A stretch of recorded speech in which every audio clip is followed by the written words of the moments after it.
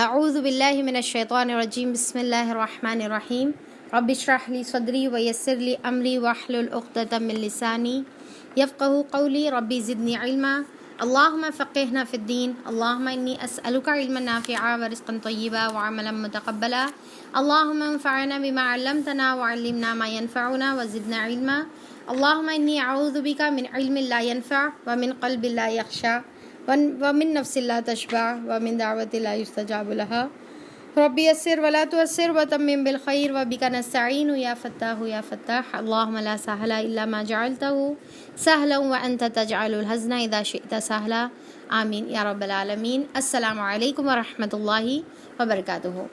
میں آپ سب کا فہم قرآن ڈے 52 میں استقبال کرتی ہوں۔ الحمدللہ ہم لوگ کا سورہ مومنون سٹارٹ ہو گیا۔ ہم لوگ کل سورہ حج کا اختتام ہم نے کیا اور آج ہم لوگ انشاءاللہ سورہ مومنون پڑھیں گے۔ کل ہم لوگ اس کا بیک گراؤنڈ دیکھے جو کچھ آواز کی پرابلم کی وجہ سے شاید سب کو سنا ہی نہیں آیا، تو میں تھوڑا سا اس کا ریویژن کر دیتی ہوں امپورٹنٹ پوائنٹس، اور پھر انشاءاللہ ہم لوگ آیت نمبر 1 سے سٹارٹ کریں گے۔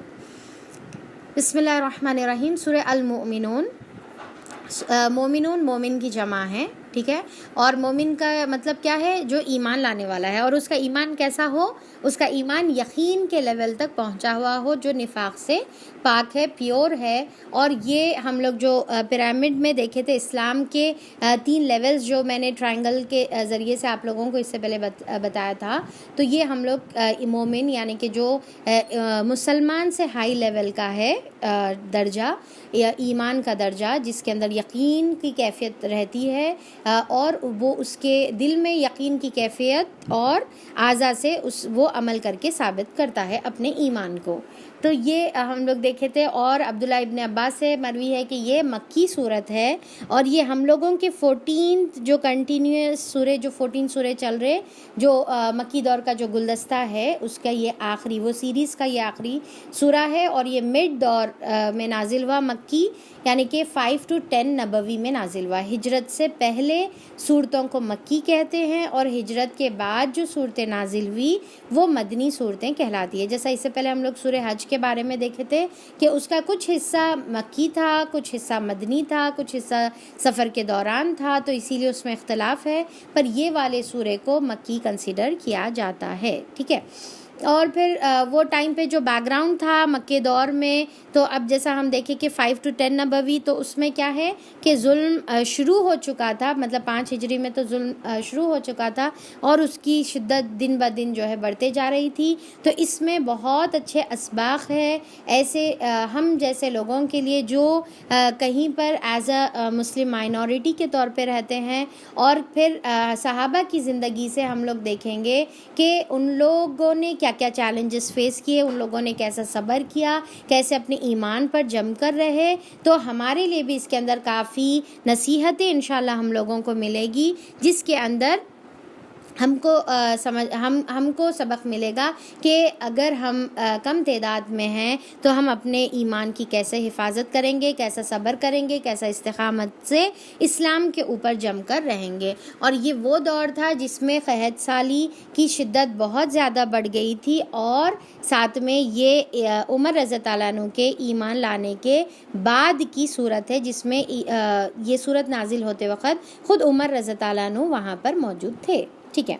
اب جو عمر رضی اللہ عنہ سے جو ریلیٹڈ روایت ہے اس میں ہم لوگ دیکھے تھے کل کہ آپ صلی اللہ علیہ وسلم نے کیا فرمایا کہ مجھ پر اس وقت 10 آیتیں، ٹھیک ہے، مجھ پر اس وقت ایسی 10 آیتیں نازل ہوئی ہے کہ گویا اس کے معیار پر اترے اگر کوئی انسان تو یقیناً وہ جنت میں جائے گا۔ تو اب دیکھیے کہ جو آیتیں آپ صلی اللہ علیہ وسلم نے جنت کی گارنٹی کے ساتھ سنائی تھی، اب وہ آیتیں ہم لوگ انشاءاللہ یہاں پر شروع کرنے والے ہیں، جو سورہ مومنون کی شروع کی ابتدائی 10 آیتیں ہیں، ٹھیک ہے۔ تو یہ آیتیں بہت اہم اور بہت ضروری ہے، کیونکہ اس کے اوپر آپ صلی اللہ علیہ وسلم نے جنت کی بشارت دی ہے، اور قرآن کی آیت بھی اسی جو ہے بشارت کے ساتھ شروع ہوتی ہے۔ تو چلیے شروع کرتے ہیں۔ اعوذ باللہ من الشیطان الرجیم، بسم اللہ الرحمن الرحیم۔ قد افلح المؤمنون الذين هم في صلاتهم خاشعون والذین هم عن اللغو معرضون والذین هم للزکاة فاعلون۔ شروع اللہ کے نام سے جو نہایت مہربان رحم کرنے والا ہے۔ یقیناً فلاح پائی ہے ایمان لانے والوں نے جو اپنی نمازوں میں خشوع اختیار کرتے ہیں۔ تو پہلی آیت میں قد افلح المؤمنون میں اللہ تعالیٰ کیا فرما رہے؟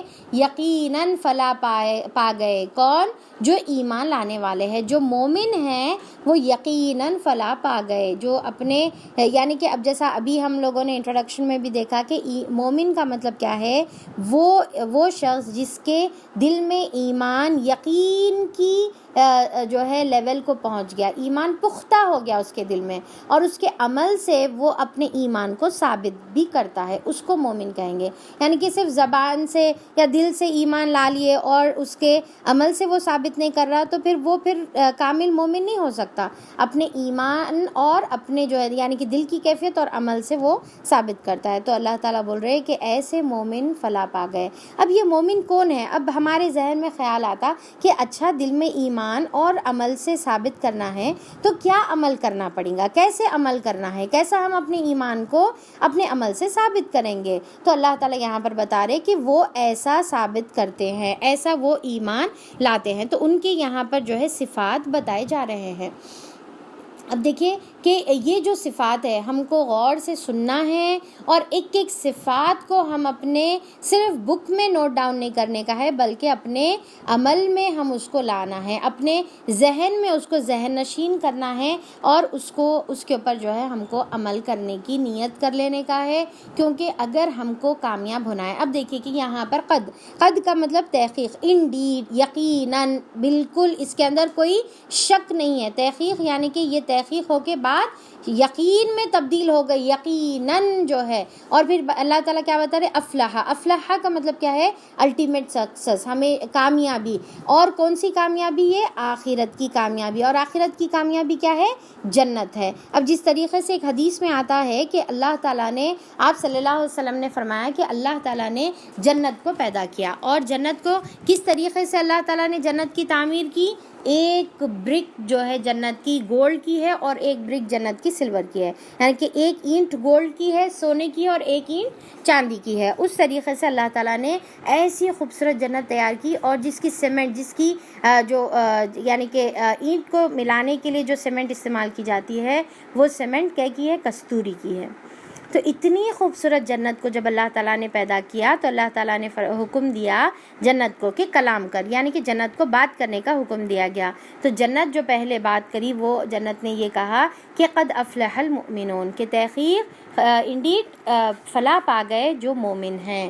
تو یعنی کہ کیا مطلب ہے اس کا؟ کہ جنت جو اتنی خوبصورت تیار کی گئی، وہ جو ہے جنت کلام کر رہی ہے تو کہہ رہی ہے کہ اس میں میرے مومن آئیں گے، اور اتنی خوبصورت جنت کو پا کر وہ تو ایکچولی فلاح پا لیں گے۔ تو جو ہے اس کے اوپر فرشتے کہتے ہیں اے جنت تیرے لیے خوشخبری ہے، تیرے لیے بشارت ہے، مبارکبادی ہے، تو بادشاہوں کا ٹھکانہ ہے۔ بادشاہوں کا، کس کو بادشاہ کہہ رہے؟ یہ دنیا کے بادشاہ نہیں، یہ جو صفت کے حاملین یہ صفت ہے، یعنی کہ یہ صفت کو اون کرنے والے ہیں، یہ اتنے خوبصورت صفت سے جو مالا مال ہے، تو ان کو اللہ یہاں پر فرشتے بول رہے، بادشاہ بول رہے، اور وہ بادشاہوں کا تو ٹھکانہ رہنے والا ہے۔ تو دیکھیے کہ یہ یعنی کہ اس آیتوں پر عمل کرنے پر جب جنت کی شیورٹی ہے، جب جنت کی گارنٹی ہے، تو کیا ہم اس کے اوپر جو ہے عمل کرنے کی کوشش نہیں کریں گے؟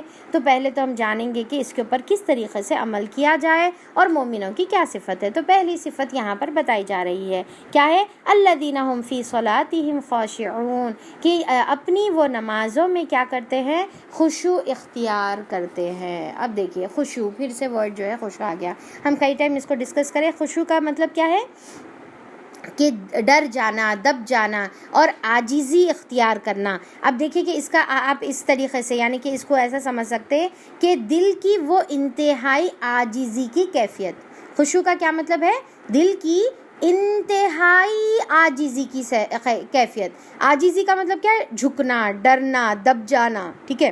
تو انتہائی عاجزی کی کیفیت جس کا اثر اس کے اعضاء پر بھی ہو، ٹھیک ہے، یعنی کہ صرف دل میں نہیں بلکہ اس کا اثر کیا ہے، اس کے اعضاء پر ہو، اس کے اعضاء کیا ہو جانا، پرسکون ہو جانا، اس کے اعضاء جو ہے یعنی کہ اس کے اعضاء پر افیکٹ ہونا. جیسا فار ایگزامپل کے طور پہ، جیسا اگر جو ہے سامنے سے کوئی خوفناک چیز ہم دیکھیں، شیر دیکھیں، تو کیا ہوتے، ہاتھ پورے ٹھنڈے ہو جاتے، نمنس آ جاتی ہاتھوں میں، اور ہم بالکل بھی جو ہے بالکل سٹل ہو جاتے، نہ بھاگنے کی ہوش ہے نہ کوئی کیفیت ہے، اتنا زیادہ جو ہے خوف دل کے اوپر طاری ہے. تو دل کا اثر کس کے اوپر ہوا، اعضاء کے اوپر ہوا. تو یہ کیفیت کو کیا کہتے ہیں، خشوع کہتے ہیں.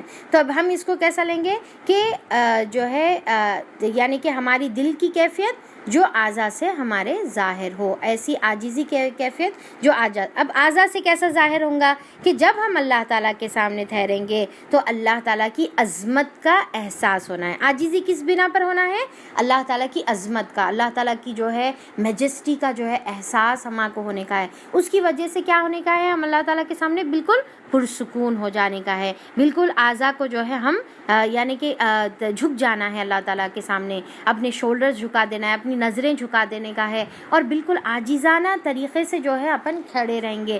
جو ہمارا پورچر رہیں گا، جو ہماری جس طریقے سے ہمارے کو توجہ سے ہمارا ذہن، ہمارا دل پوری اللہ تعالیٰ کی طرف متوجہ رہیں گا. اور خشوع کے اپوزٹ کیا ہے، یعنی کہ جیسا فار ایگزامپل ہل رہے، کپڑے سیدھے کر لے رہے ہیں، کبھی جو ہے کھجا لے رہے، کبھی بعض لوگ کیا ہے یہ مطلب نماز کے دوران کیا ہے انگلیوں کو کھٹ کھٹ کر کے توڑتے ہیں. ٹھیک ہے، تو نماز کے درمیان انگلیوں کو توڑے، یا پھر جو ہے یہاں وہاں دیکھنا، یہ سارے چیزیں جو ہے خشوع کے خلاف ہے.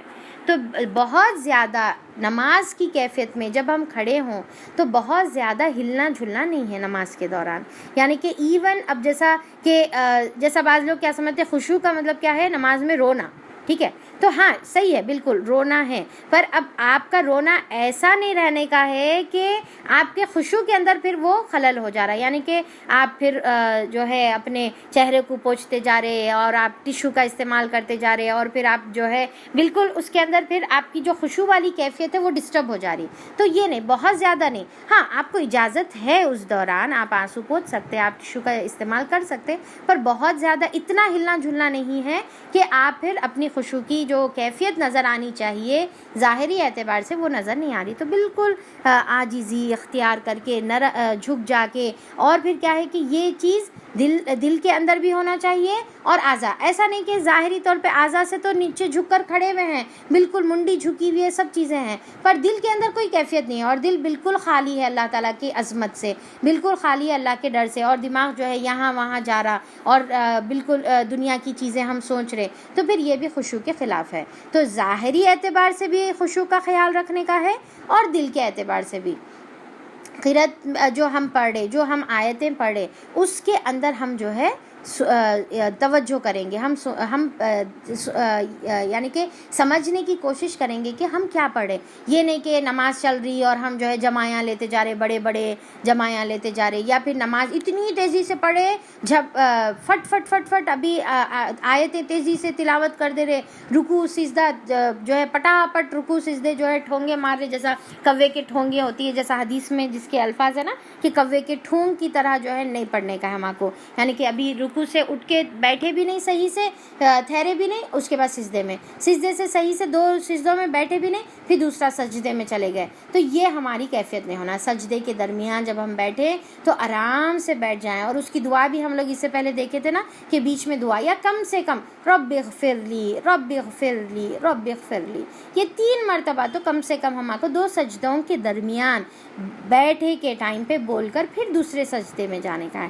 پھر دوسرے سجدے سے بھی دیکھیں کہ اکثر یہ سنت اکثر لوگوں سے چھوٹ جاتی ہے، دوسرے سجدے سے سیدھا اٹھ کے کھڑے ہو جاتے. دوسرے سجدے سے اٹھ کر پھر آپ کو بیٹھنا ہے، بیٹھنے کے بعد پھر آپ کو اٹھ کے کھڑے ہونے کا ہے. تو یہ بھی جو ہے سنت اپن چھوڑ دیتے، اور جلدی جلدی تیزی سے جو ہے اپن پڑھ لیتے. تو ہم یہ سوچیں کہ ہم اللہ تعالیٰ کے سامنے، بادشاہ کے سامنے کھڑے ہوئے ہیں، اور پھر ساتھ میں کیا ہے کہ جو دنیا جو مچھر کے پر کے برابر بھی نہیں ہے اللہ کے نزدیک، وہ دنیا کے بارے میں ہم سوچنے میں رہ جائیں گے، اور اللہ تعالیٰ جو سامنے کھڑا ہوا ہے، جو بادشاہ ہر چیز دینے تیار ہے، اس کو ہم بھول جائیں گے اور اس کے بارے میں نہیں سوچیں گے. تو یہ نہیں، بالکل خشوع عاجزی اختیار کرنا ہے. اور پھر کیا ہے کہ کیسی کیفیت رہنا ہے، جیسا حدیث میں آتا ہے کہ اللہ تعالیٰ سورہ فاتحہ کو مومن بندے اور اللہ کے درمیان اللہ تعالیٰ نے آدھا آدھا تقسیم کیا ہے. اللہ تعالیٰ کے سامنے ہم جیسا ایک ایک آیت پڑھتے جاتے اللہ تعالیٰ وہ ایک ایک آیت کا جواب دیتے. الحمدللہ رب العالمین، اللہ میرے بندے نے میری جو ہے مدح بیان کی، میری جو ہے حمد بیان کی، پھر میرے بندے نے میری ثنا کی، اور اللہ تعالیٰ اس طریقے سے ہر ایک آیت کا جواب دیتے ہیں. پھر ہم جو ہے اہدنا الصراط المستقیم جب ہم پڑھتے ہیں اور آگے پورا پڑھتے ہیں تو اللہ تعالیٰ فرماتے ہیں کہ میرے بندے کے لیے ہر وہ چیز ہے جو اس نے مانگی ہے تو اللہ تعالیٰ ہم کو عطا کر دیتے ہیں. اور پھر کیا ہے، خشوع نماز کی کیا ہے، روح ہے.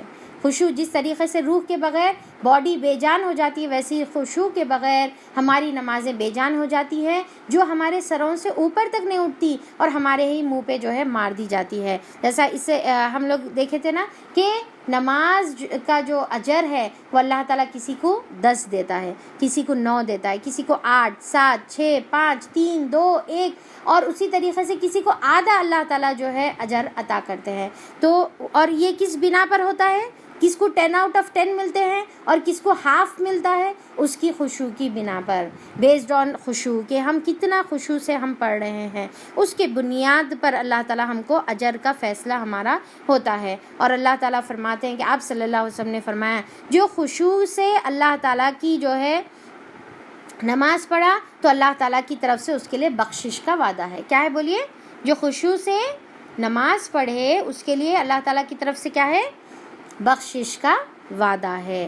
اور جو خشوع سے نہ پڑھے تو اللہ تعالیٰ سے اس کا کوئی وعدہ نہیں ہے، چاہے تو معاف کر دے چاہے تو سزا دے. یعنی کہ جو نماز قبول ہی نہیں ہوئی تو اللہ تعالیٰ چاہے تو اب وہ جو نماز ظاہری طور پہ جو یعنی کہ ایک ڈھانچہ جو تھا اس کو اللہ تعالیٰ چاہے تو ویسے ہی کا بڑی اللہ تعالیٰ کی رحمتوں سے معاف کر کے قبول کر لے، یا اس کے منہ پہ ہی اس کو جو ہے لوٹا دے، اس کو پھینک دے اللہ تعالیٰ.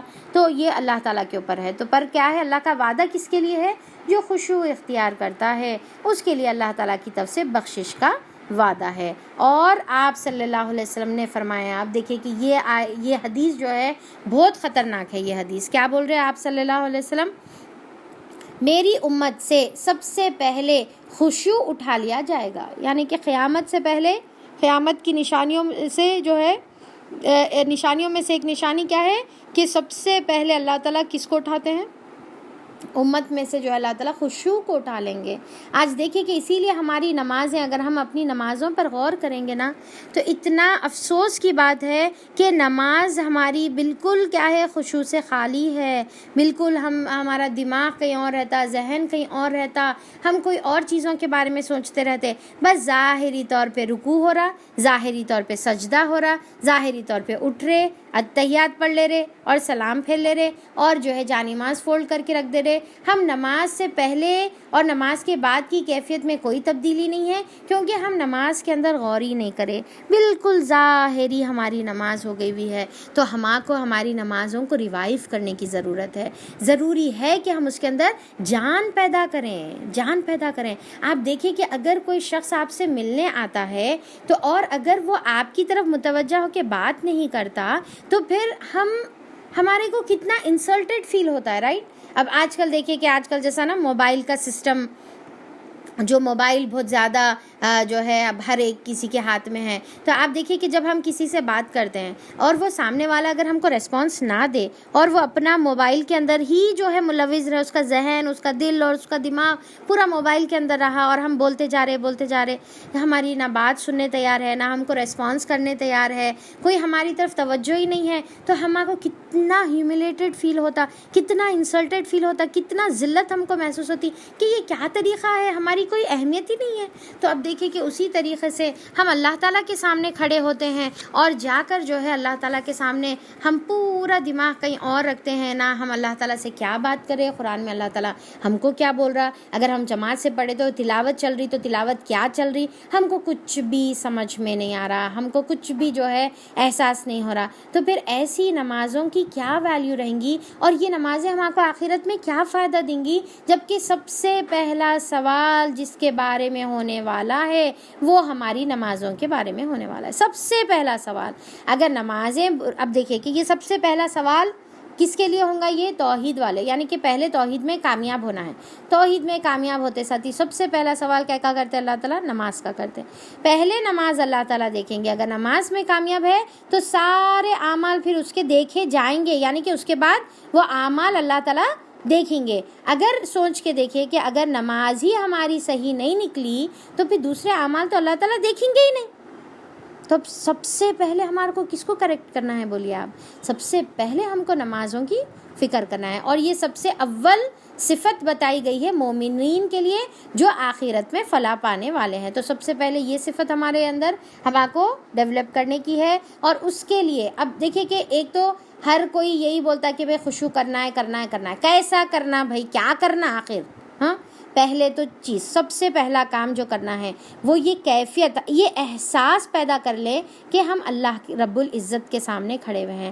آج معمولی اگر ایک ٹیچر کے سامنے کھڑے ہوئے رہے تو ہماری کیفیت، ایک معمولی آفیسر کے سامنے رستے میں کوئی پولیس رکا دیا تو ہماری کیفیت کیسی ہوتی دیکھیے آپ، ایک پرنسپل کے سامنے، باس کے سامنے ہماری کیفیت کیسی رہتی، کوئی بھی ہمارے بڑے ان کے سامنے ہماری کیفیت، اللہ کے سامنے جو ہم کھڑے ہو رہے اس میں ہماری کیفیت کیسی ہونی چاہیے اور کیسی ہے۔ تو پہلے سب سے پہلا کام، جیسا نماز سے پہلے ہم عادت بنائے ہوئے نا وضو کرنا جیسا ایک شرط ہے، ضروری ہے، تو ویسی نماز سے پہلے کھڑے ہو جائیں جانماز پر۔ اگر چاہیں تو نا جانماز کے اوپر جو ہے نا ایک دل چپکا لیں، ٹھیک ہے، یا جانماز کے اوپر جو ہے اخلاص بول کے لکھ لیں، یا کچھ بھی اس طریقے سے جو ہے ایک نماز سے پہلے ہم ریمائنڈ اپنے آپ کو کریں کہ میں اللہ کے سامنے کھڑی ہو رہی ہوں۔ صرف یہ احساس، یہ ایک احساس۔ اکثر کیا ہے کہ لوگ نیت کرتے نا، نیت جو اپن کرتے میرا منہ کعبہ شریف کے، میں 2 رکعت پڑھ رہی ہوں، 4 رکعت پڑھی ہوں، فرض پڑھی ہوں، سنت پڑھی ہوں، حالانکہ یہ سب نیت کس میں کرنا ہے؟ اپنے کو دل میں کرنے کا ہے، ٹھیک ہے۔ تو سب سے پہلے جو کام ہم کو کرنے کا ہے وہ کیا ہے کہ ہم اپنے آپ کو ریمائنڈ کرائیں اپنے آپ کو کہ میں اللہ کے سامنے کھڑی ہو رہی ہوں۔ دوسرا اس کے علاوہ ہم کو جو کرنے کا ہے کہ پورے ہمارے جو ہے پہلے کا پہلے اوڑھنی اچھے سے پن اپ ہم کو کر لینے کا، اچھے سے جو ہے باندھ لینے کا ہے، اور پھر ہمارا جو جانماز ہے وہ کوشش کریں کہ پلین ہو، اس کے اوپر بہت زیادہ نقشے اور نگار نہ ہو، ورنہ پھر جو جانماز کے جو نقشے ہوتے ہیں نا اس کے اندر ہم اپنے مہندی کے ڈیزائنز ڈھونڈنا شروع کر دیتے، ارے یہ شیپ اچھا دکھ رہا، دیکھو بیگن کا شیپ بہت اچھا دکھ رہا، یہ بیگن کا شیپ جو ہے ہم اپنے مہندی میں ڈال لے سکتے، تو یہ والی چیزیں جو ہے دماغ میں آنا شروع ہوتی۔ تو کوشش کریں کہ ہماری جو جانماز ہو وہ پلین ہو، اس کے اندر زیادہ نقش و نگار نہ ہو۔ اگر ابھی جو نہیں ہے تو ٹھیک ہے، نیکسٹ ٹائم خریدتے وقت اس کا خیال رکھ لیں، ٹھیک ہے۔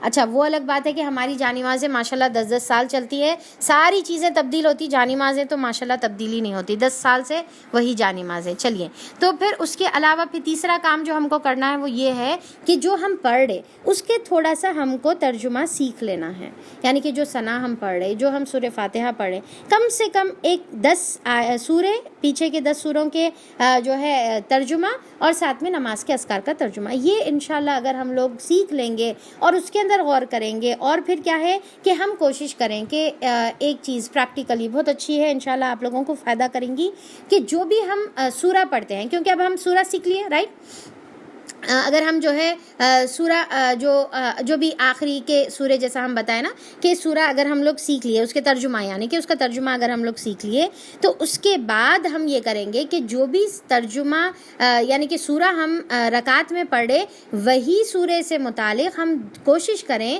کہ ہم سجدے میں دعا کریں، ٹھیک ہے۔ کیا ہے کہ جو ہم سورہ پڑھ رہے وہی سورے سے متعلق ہم سجدے میں دعا کریں، جیسا اگر ہم جو ہے پڑھ رہے ہیں سورہ اخلاص تو ہم جو ہے اللہ تعالیٰ سے دعا کریں کہ اللہ تعالیٰ ہم کو جو ہے توحید پر رکھ اور توحید پر زندہ رکھ اور توحید پر اللہ تعالیٰ تو خاتمہ کر، ٹھیک ہے۔ یا پھر جو ہے اگر ہم جیسا سورہ نصر پڑھ رہے تو اس میں استغفار کا ذکر ہے تو ہم سجدے میں خوب استغفار کریں، ٹھیک ہے۔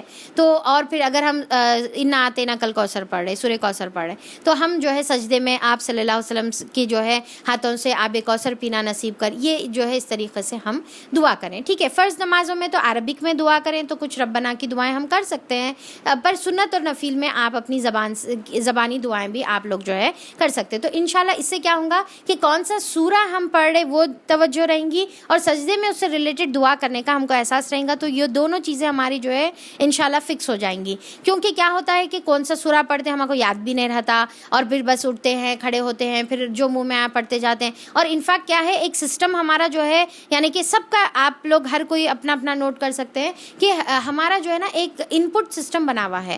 ہم اللہ اکبر بولتے ساتھ ہی وہ خود بخود وہ پرٹیکولر سورہ ہی چاہ جاتا منہ پہ, اور وہ پرٹیکولر سورہ وہ پڑھ لیتے. فجر کے ٹائم پہ کچھ پرٹیکولر سورے رہتے, ظہر کے ٹائم پہ کچھ رہتے, عصر کے ٹائم پہ کچھ رہتے. بہرحال وہی پرٹیکولر 2-4 گنتی کے سورے رہتے, اور فیوریٹ تو سورہ اخلاص اور سورہ کوثر رہتا. ذرا چھوٹا رہتا نا, پٹاپٹ پڑھ لے کے جو ہے رکوع اور سجدہ ہو جاتا, نماز جو ہے جلدی ہو جاتی.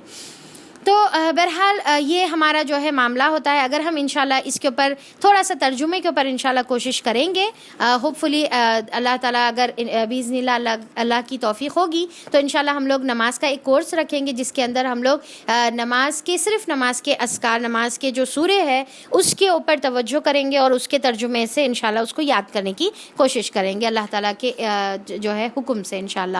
تو پھر اس کے بعد پھر جو اللہ تعالیٰ نیکسٹ جو صفت ہم کو بتا رہے ہیں وہ کیا ہے, والذین هم عن اللغو معرضون, کہ وہ لغویات سے دور رہتے ہیں, وہ لغویات سے پرہیز کرتے ہیں. معرضون, اس سے پہلے آپ لوگوں کو یاد ہوگا یہ جو ورڈ معرضون کا ورڈ ہم لوگ سورہ حج میں دیکھے تھے, رائٹ, کہ معرضون کا مطلب کیا ہے, اعراض کرنا. اعراض کا مطلب بالکل یو ٹرن لے کے پلٹ جانا. تو یہ مومن لوگ کیسے ہوتے ہیں, مومن بندے کیسے ہوتے ہیں کہ جیسے جو ہے لغویات دیکھتے ہیں یا لغویات میں کسی کو مبتلا دیکھتے ہیں تو وہ اس سے یو ٹرن لے لیتے ہیں, یا پھر لغویات میں اپنے آپ کو لغویات میں مبتلا ہونے سے بچا لیتے ہیں. اچھا, اب یہاں پر لغویات کا کیا مطلب ہے, لغو کا کیا مطلب ہے بھئی؟ تو لغو کا دیکھیے کہ وہ کام, اس کا ڈیفینیشن کیا ہے, لغو کا ڈیفینیشن یہ ہے کہ وہ کام یا وہ بات جو فضول اور بیکار ہو, جس کا نہ دنیا میں فائدہ ہو نہ آخرت میں فائدہ. کیا بولی میں؟ وہ کام اور بات جو فضول اور بیکار ہو, جس کا فائدہ نہ دنیا میں ہو نہ آخرت میں ہو. بیکار کی باتیں ہو یا بیکار کے کام ہو, بیکار کی مصروفیت ہو, بیکار کا کھیلنا کودنا ہو, اور پھر بیکار کے جو ہے سیریلز اور موویز ہو, جس کا جو ہے یعنی کہ آپ کو کوئی فائدہ نہیں ہے. ٹھیک ہے, اب دیکھیے کہ انٹرٹینمنٹ, اس کا مطلب یہ نہیں کہ آپ کو انٹرٹینمنٹ نہیں کرو بول رہے اللہ تعالیٰ, اور آپ کو بالکل بورنگ لائف جیو بول رہے. تو ہر چیز ایک لمٹ میں جب ہوتی ہے تو وہ اچھی ہوتی ہے. کھیلیے, آپ جو ہے باتیں کریے, کھیلیے, چٹ چاٹ کریے, اور پھر اگر کوئی یعنی کہ میوزک کے بغیر اور کوئی گندے جو ہے سینز کے بغیر اگر کوئی چیز ہے تو وہ چیز آپ دیکھ سکتے. ویسے آج کے زمانے میں کوئی ایسی چیز نہیں ہے جو بغیر میوزک کے آپ کو ملے. ٹھیک ہے, تو بہرحال آپ لوگ جو ہے جائز اور حلال انٹرٹینمنٹ میں آپ اپنے آپ کو مبتلا کر سکتے ہیں. پر یہاں پر ایسی چیزیں جو بیکار اور فضول ہو, دنیا اور آخرت کا فائدہ نہیں ہے, بس اسی کے پیچھے لگے ہوئے. جیسا آج کل دیکھیے کہ بھائی جیسا فار ایگزامپل گیمز ہے. اب گیمز ٹھیک ہے, آپ ایک گیم کھیل لیے, اوکے نو پرابلم, 2 کھیلیے ٹھیک ہے, اس میں بھی نو پرابلم. پر اگر آپ جو ہے وہ گیم 5 اور 10 منٹ سے زیادہ اگر آپ کھیل رہے, 10 منٹ ہو گئے, 15 منٹ ہو گئے, ٹھیک ہے, پر اس کے علاوہ اگر اسی کے اندر مبتلا ہیں اور دن اور رات اسی کے اندر نکلتے جا رہی, زندگی کے ایک ایک دن اس کے اندر نکلتے جا رہے, اور آپ کنسٹرکٹیو طریقے سے آپ جو ہے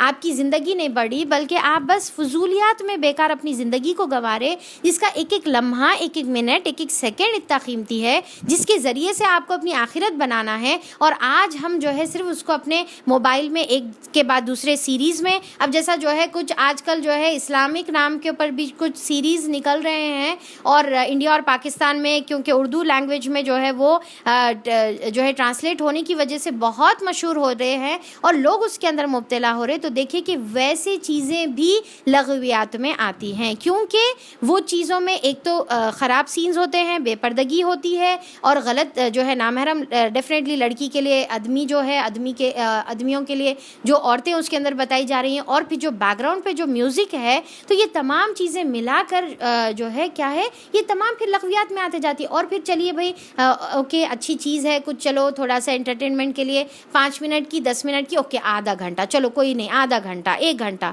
پر 1 گھنٹہ نہیں بلکہ 1 گھنٹے کی سیریز, اور وہ پتہ نہیں کتنے 20 40 50 10 کون سے سیریز ہے, اور کتنے لمبے, اور بس وہ چلے ہی چلے جا رہے, اور آپ اپنی زندگی کے گھنٹوں نکال دے رہے. دیکھیے ایک زمانے میں نا یہ ہوا کرتا تھا کہ ہفتہ بھر ایک انتظار کرنا پڑتا تھا ایک سیریل کے لیے، اور وہ ہفتے میں ایک دن جو ہے وہ ٹیپو سلطان آتا تھا، تو بھاگ بھاگ کے جو ہے وہ ٹیپو سلطان دیکھ لیتے تھے۔ تو اب یہاں پر آج ویسا نہیں ہے نا، ایک یوٹیوب کی ایک جو ہے ویڈیو کے بعد دوسرا، اور دوسرے کے بعد تیسرا، اور تیسرے کے بعد چوتھا، اور بس لگی سو لگی لائن، اور وہ ختم ہی نہیں ہو رہی، اور اسی میں جو ہے انسان مبتلا ہو رہا۔ اچھا اس کے بعد تھوڑا سا واٹس ایپ دیکھ لیے، اس کے بعد تھوڑا سا فیس بک دیکھ لیے، اس کے بعد تھوڑا سا انسٹا دیکھ لیے، پھر اس کے بعد اور الا بلا جو بھی چیزیں رہتے وہ تمام چیزیں، اس کے بعد مسلسل چلی کی چلی سلسلہ، اور اس میں انسان جو ہے بس لغویات میں۔ اور آج دیکھیں کہ انسان بالکل ٹھٹر کر رہ گیا ہے، اس کا نہ دنیاوی اعتبار سے کوئی ڈیولپمنٹ ہو رہا، نہ آخرت کے اعتبار سے کوئی ڈیولپمنٹ ہو رہا، اس کا دماغ ہی سکون میں نہیں ہے۔ آپ دیکھیں کہ جب انسان دماغ کو سکون دیتا ہے نا، دماغ جب ریسٹ پہ ہوتا ہے، تب اس کے دماغ میں جو ہے بہت اچھے اچھے خیالات آتے ہیں، بہت ہی جو ہے چیزیں کنسٹرکٹیو طریقے سے انہیں سوچنا شروع کرتا ہے، کیا کرنا، کیسا کرنا، اچھا اس کو ایسا پلان کریں گے، اس کو پلان کو پھر ایسا ایگزیکیوٹ کریں گے، یہ ساری چیزیں اس کے ذہن میں آتی۔ پر جب ہم اپنے دماغ کو بیکار، فضول اور گندگی کی چیزوں میں اگر ہم مبتلا رکھیں گے، تو پھر وہ گندا دماغ کے اندر جو ہم فیڈ کریں وہ گندگی ہی باہر آتی ہے۔ تو یہ لغویات ہے۔ اور پھر یہاں پر دیکھیے کہ نماز کے بعد یہ لغویات کا جو ذکر ہے، اب اس کے اندر مفسرین بتاتے ہیں کہ نماز کے اندر خشوع آ ہی نہیں سکتا۔ غور سے سنیے، نماز کے اندر خشوع آ ہی نہیں سکتا جب تک کہ انسان اپنے آپ کو لغویات سے دور نہ کرے، کیونکہ اگر ایک انسان لغویات میں مبتلا ہے اور اس کے بعد اٹھ رہا، کھڑے ہو کے نماز پڑھ رہا، تو آپ سوچ کے دیکھیں کہ کیا وہ پھر نماز ویسی کیفیت سے پڑھ سکتا ہے جیسا اس کو پڑھنا چاہیے؟ پڑھ سکتا انہیں پورا جو لغویات میں؟ اب جیسا نماز سے پہلے آپ کوئی بیکار چیزیں دیکھ رہے تھے یا بیکار چیزوں میں آپ مبتلا تھے، اور نماز کے لیے اٹھ کے کھڑے ہو گئے، وہی چیزیں اب آپ کے دماغ میں جو ہے چلتے پھرتے رہتی۔ اور اگر آپ جو ہے جیسا کسی کو ڈانٹنے میں، لڑنے میں، جھگڑنے میں، بحث اور مباحثے میں، لڑائی جھگڑے میں آپ مبتلا تھے، تو آپ اب نماز کے لیے کھڑے ہو جائیے، آپ کو وہ تمام چیزیں جو ہے نماز کے اندر وہی چیزیں پھر پورا جو ہے کلیکٹ ہو کے پھر وہی چیزیں جو ہے گھومنا شروع ہوتی ہے۔ تو اسی لیے مفسرین بتاتے ہیں کہ جب تک کہ بندہ اپنے آپ کو بیکار لغویات سے جو ہے دور نہیں رکھیں گا، جب تک کہ پھر وہ انسان نماز میں توجہ کر ہی نہیں سکتا، نماز میں خشوع اس کے پیدا ہو ہی نہیں سکتی جب تک کہ لغویات سے۔ اب دیکھیں کہ جس کو جو ہے گیمز کا شوق ہے، اور پھر میں کیا سمجھتی تھی کہ بھئی گیم کا شوق جو ہے صرف بچوں کو رہتا، ٹھیک ہے، پر ماشاءاللہ سے آج ہمارے بڑے، جوان، بوڑھے سب لوگوں کو جو ہے ایسے گیمز کا جو ہے شوق ہو گیا ہوا ہے کہ وہی چیز، اب اتنا سکور،